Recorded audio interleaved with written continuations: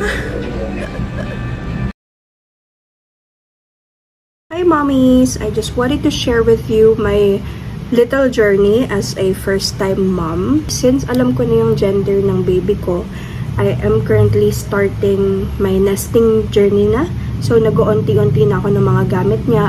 I'm currently on my 23 weeks and ayun, alam ko na yung gender. So alam ko na kung anong mga items yung bibilhin ko. So first on my list is cabinets. Kasi kailangan ko ng storage paglalagyan ng mga gamit niya. Pag meron na akong cabinets, may storage na ako. Saka na ako mamimili ng mga damit. And after nun, siguro trolley. And then last ko na yung crib. Undecided pa ako kung crib or bassinet. Pinaka-last ko na yung mga breastfeeding stuff. Yung mga pang pump, sterilizer, bottles, ganun. Last na siguro yun. For today's video, meron akong biniling cabinet, mega box cabinet. This is a second-hand item, guys. Nakita ko lang siya sa carousel for 700 pesos. And maliit lang siya, 4 cabinets. So, titignan ko pa kung mag-fit siya, kung saan siya babagay, and okay yung color niya. Kasi color gray yung binili ko. Ayan. I'm going to assemble it also today. Ito na yung box, guys. Or yung cabinet na nabili ko. Ito yung pinaka-unang-unang item na binili ko sa nesting ko. This is a small mega box for cabinet drawer lang. Bili ko siya for 700 pesos sa carousel. Maliit lang to kasi ayun lang siya, oh.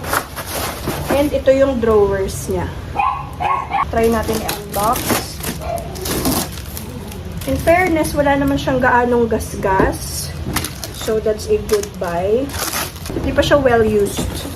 Yung original kasi nito, nakita ko sa online is 1,000 pesos. So, kung makakatipid naman, diba? Why not? I have my wipes. Punasan lang natin isa-isa.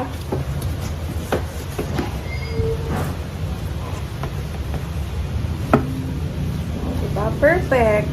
Bukod dito sa drawer na to, bibili pa ako ng mga drawers pang iba. Pero ito kasi yung pinakaunang-unang binili ko pa lang. Tapos ko na punasan yung mga drawer niya. Dito na tayo.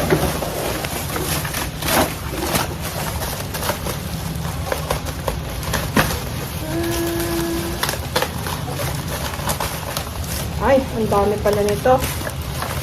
Okay. Shucks. Basahan na lang ang aking ginamit.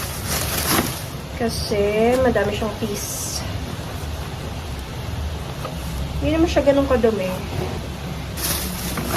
Ito naman mga inspectionist. Tulungan niyo ako mag-assemble kaya. Ha? Okay, so pupunasan ko na lang to. Babalikan ko kayo pag i-assemble na natin. Ayan, so tapos ko na punasan lahat. Ini-figure out ko na lang kung paano i-assemble. Meron naman siyang guide, front, back. Kaso hindi ko alam kung alin ang pinaka nasa ilalim. Ito kasi yung meron siyang sticker eh. Baka ito yung pinaka-ilalim.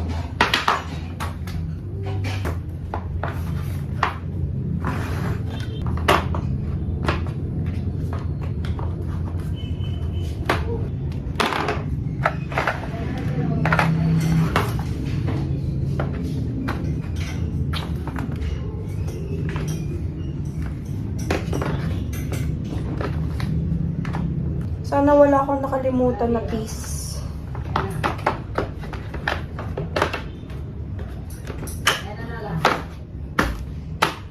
And when I'm back in Chicago, I feel it.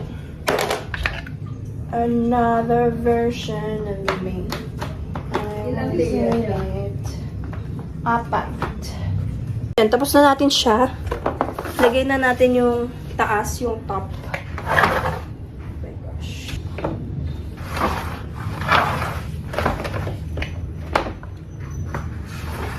Ayan na siya. Nakabit na natin yung taas. Ayan na siya. Ayan siya kalaki. Maliit lang. Kakabit ko na yung drawer. Ito yung harap ng drawer. O, yun na. Very easy to assemble. Diba? Ganda ng color niya. Color gray. So, pwede ko to maging motif sa room niya.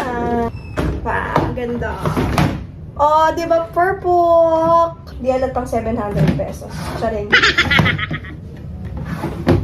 Oh, di ba? Talagay ko dito yung mga damit niya. Kunwari, baru-baruan, frog suit, ganyan. Hindi ko pa rin kasi alam kung saan ko ipopwesto to. Pero yung height niya, ayan, sakto lang dun sa taas ng window. Sorry guys, andyan pa yung aking toilet dyan, Arenola. Pero ayan. Ang iniisip ko kasi, dito yung mga cabinet niya. And then, bibili ako dito ng decal na may name niya. Ayan na muna siya for now. Diba? Ganda. So exciting! Hi guys! This is going to be second part of our nesting journey. Meron ako nabiling mga clothes ni baby. Binili ko lang to sa friend ko na may baby boy din. And yung mga pinagkalakihan niya ng clothes, kasi pag newborn clothes, tingin ko hindi naman kailangan brand new kasi mabilis siya kalakihan. Yung mga hindi naman masyado nagamit, ganyan, sabi ko dun sa friend ko, bibilin ko na lang siya. Na-deliver na siya ngayon. And mukhang madami-dami to. Binayaran ko to lahat for 1,000 pesos lang. Meron ng mga bath towel. Hala, ang cute. Oh, ang liit. Thank you to. May ears. Tapos, ayan, may mga bonnet. Ang ganda. Ito yung branded pa. St. Patrick na brand ng mga bonnet. Ayan, ang dami. Daming bonnet. 5. Tapos 3 yung St. Patrick. Ang liit! Ang liit. Grabe. Yan nga, kasi pag newborn clothes, mabilis siya kalakihan. Kaya sabi ko kung newborn, okay lang naman sa akin na gamit na yung bibilin ko para kay baby. Ang cute! Ayan. Tapos mayroon din siyang mga baru-baruan. Ayan. Ang ganda ng baru-baruan niya. Parang baby blue color. Ilan to? 1, 2, 3. 3 long sleeve na baru-baruan. 2 short sleeve. 2 sleeveless. Hindi ko sure kung swaddle ba to. Swaddle ata. Halos puro branded pa tong binigay niya eh. Kaya sulit na talaga to. For 1,000 pesos. Kasi kung bibili ako, nagka-canvas din kasi ako online. Kung bibili ako sa Shopee, online, Lazada, or sa mall, nakakamagkano ako. Mabilis naman kalakihan. Liliit din agad. May mga shoes pa. Ang cute. Ang dami.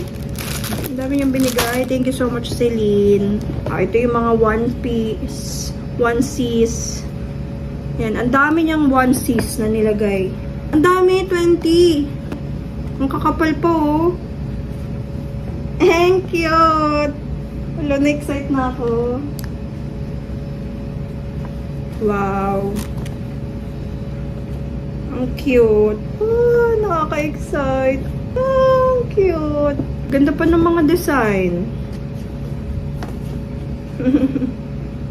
Ito yung mga frog suit. Kasi pag long sleeve, alam ko frog suit ang tawag dyan. Cute. Ito yung mga onesie na short sleeve.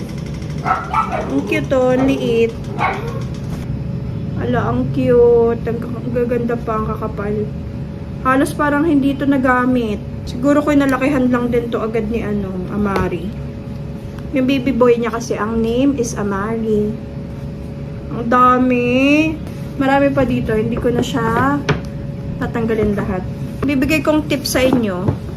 Siguro sa mga newborn clothes. Huwag na kayo masyado mag-invest ng mga mamahalin na newborn clothes. Kasi mabilis lang siya kalakihan. Siguro kung mga 3 to 6 months or 6 to 9 months. Or mga hanggang 1-year-old na damit. Yun pwede. Kasi medyo matagal-tagal niya na magagamit. Pero pag newborn, mabilis lang kasi. Depende pa kung malaking lalabas yung baby mo. Ayusin ko rin to dun sa cabinet na nabili ko. Ayan. So, inayos ko na rin guys yung listahan ko. Kasi nakalista na dito yung mga damit na bibilin ko. So, kinross out ko na yung mga meron na ako so far sa binigay ng friend ko. Walk into the club, step right out, say no, no. Tonight I'm gonna spend by myself, my solo. Remind myself to love myself. Nobody else gonna hold me down, down. Give it all away, been on high speed, go, go. Tonight I'm needing me. Hi guys, I just recently got some newborn baby clothes again for my baby. This is a pre-loved stuff again. From friend pa rin, nakakapanganak pa lang, and my baby boy, pag newborn, okay lang naman sa akin na mga pre-loved yung mga gagamitin muna ni baby kasi mabilis lang siya kalakihan as long as kakilala ko naman yung gumamit and alam ko na malinis sa gamit. And lalabahan pa rin naman to. Ang gagawin namin is lalabahan namin and then paplansyahin isa-isa yung mga damit. So that's fine. Ang mga binigay nila sa akin, ito. This is a baby carrier. Ayan guys. Okay na okay pa siya eh, oh. Wala pang wala pang mancha, wala pang anything. And ito, tingin ko pang lang to, pang maliit lang. Kasi parang maliit lang siya, oh. Siguro mga 6 months kasha dito. Ayan. At least meron na akong pansamantalang baby carrier na magagamit. Meron din ako ditong mga baru-baruan. Hindi na ako bibili pa ng mga baru-baruan. I think okay na ako. Ang dami na nito. This is a long sleeve tie side. Ilan yan? 3. Sobrang ganda ng niya, tela niya. Cotton and presko yung tela niya. So, 3 long sleeve, short sleeve, ayan. And then, ito, mga pajama. Ito, wala pa akong mga pajama, sakto. So, meron akong 4 na pajama. Wala siyang mancha at all, guys. And, ayan, look, sobrang liit. Shorts, wala rin akong mga shorts pa. So, sakto yan. I have 3. Walang mancha, walang himulmol. Very nice. So, yun yung tip na mabibigay ko sa inyo. If tatanggap kayo ng mga bigay or mga pre-loved baby stuff, check nyo kung may mancha, check nyo kung may himulmol. Kasi kadalasan naman pag newborn clothes, hindi pa yan masyadong gamit. Kasi nakalakihan agad. Ayan, baru-baruan again, sleeveless. Ito yung sleeveless ko. And I have here receiving blanket. Ito wala pa ako guys. Isa, ayan, may hood. Magdadagdag pa ako niyan, mga receiving blanket. And ito mga big kiss. I have, I think, mga 5 to. 5 na big kiss. Para kasi yan sa niya, sa pusod niya. Baka hindi na ako magdagdag ng big kiss. Okay na to kasi hindi naman daw siya essential. And, ayan, mga bonnet, mittens. Okay na ako dun sa bonnet, hindi na ako mag-a-add niyan. Pero mga mittens and socks, mag-a-add pa ako kasi, ayan, bonnet again. Mittens, booties, ayan. Wala pa akong mga socks. Sabi kasi nila, mas madaling gamitin yung socks. So, ayun. Kompleto na ako sa baru-baruan. Hindi na ako mag-a-add ng mga baru-baruan niya. At least, yung mga baru-baruan, frog suit, onesies, okay na ako doon. Itong mga damit na to, ilalagay ko na muna siya sa cabinet. Saka na namin siya lalabahan all-in-one, sabay-sabay. Pag mga, na ako, mga 32 to 34 weeks na ako, para isang labahan na lang. Unbox din natin to guys. This is going to be his name. Name niya to, lalagay ko to sa taas ng crib niya. Pina-customize ko to sa Shopee Shop online. Ito yung name ni baby and pwede kang pumili ng font and ng font size. Ang pinili ko is medium size lang. Dapat pala mas malaki. Medyo maliit pala yung medium size. Pero carry lang. Lalagay ko to sa taas ng crib niya and i-sticker ko siya sa wall. Meron na rin siyang pandikit sa likod. Yan yung name ni baby. Jeremy Chase. And also, bumili din ako ng comb. Ayan, personalized comb. May name siya dito. Sa mga napapanood ko na birthing vlog, maganda daw yung may hawak ka na comb pag nagle-labor. Kasi yung pain, parang nare-redirect siya dun sa hawak mo, sa kamay mo, rather than dun sa nafe-feel mo sa labor mo. Pero baka masira pala siya agad kasi wood. Ayan. Parang medyo marupok siya. Pero ayun, Na-excite ako dito. Ayan guys, itutupi ko na muna yung mga damit niya. Lalagay ko na muna dyan sa mga drawer para organize lang muna. Meron pong batang makulit. Hi! Separate ko na muna yung mga magkakaparehas.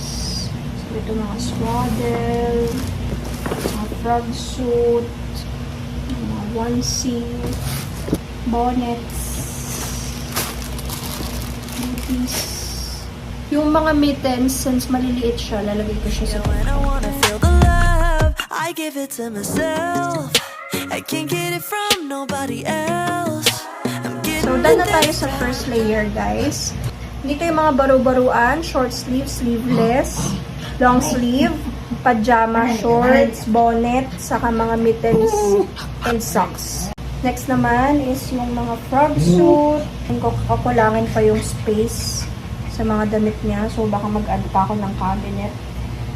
Hindi ko nga sure kung mega box ba yung bibilihin ko o yung parang IKEA cabinet na nakikita ko sa online. Kaso kasi yun mahirap i-assemble, lalo wala naman ako kasama para mag-assemble nun. Ganda sana yung IKEA cabinet, yung parang nasa Shopee. Kasi pwede ko siya maging diaper changing table, yung taas niya. Kaso nga lang, wala naman mag-assemble. Mahirapan lang ako mag-assemble nun. Kaya baka mega box na lang siguro. Ayan, so done na tayo sa second layer, guys. Dito ko nilagay yung mga frog suits, yung mga onesie, jumpsuit, and yung mga shoes or booties na nakuha ko. Ito na lang ang kailangan kong pagkasyahin, yung receiving blanket, swaddle, and bath towel. Ayan. Sakto! So, dito ko na siya ilalagay, yung mga mabibili ko pa, ma-accumulate ko pa next time. Swaddles, receiving blanket, bath towels, kasi magdadagdag pa ako. Ayan guys, so I hope that you can follow me on my nesting journey. I also hope you can leave me comments down below on some tips as a first time mom. Kasi nagbabasa-basa lang din ako online. So far, that's it. I am just on my 24 weeks, pa 25 weeks now.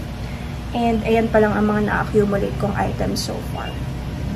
Ayun, thank you so much for watching. See you in our next video. Bye!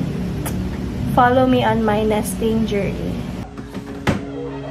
Walk into the club, step right out, say no, no. Tonight I'm gonna spend by myself, my solo. Remind myself to love myself. Nobody else gonna hold me down.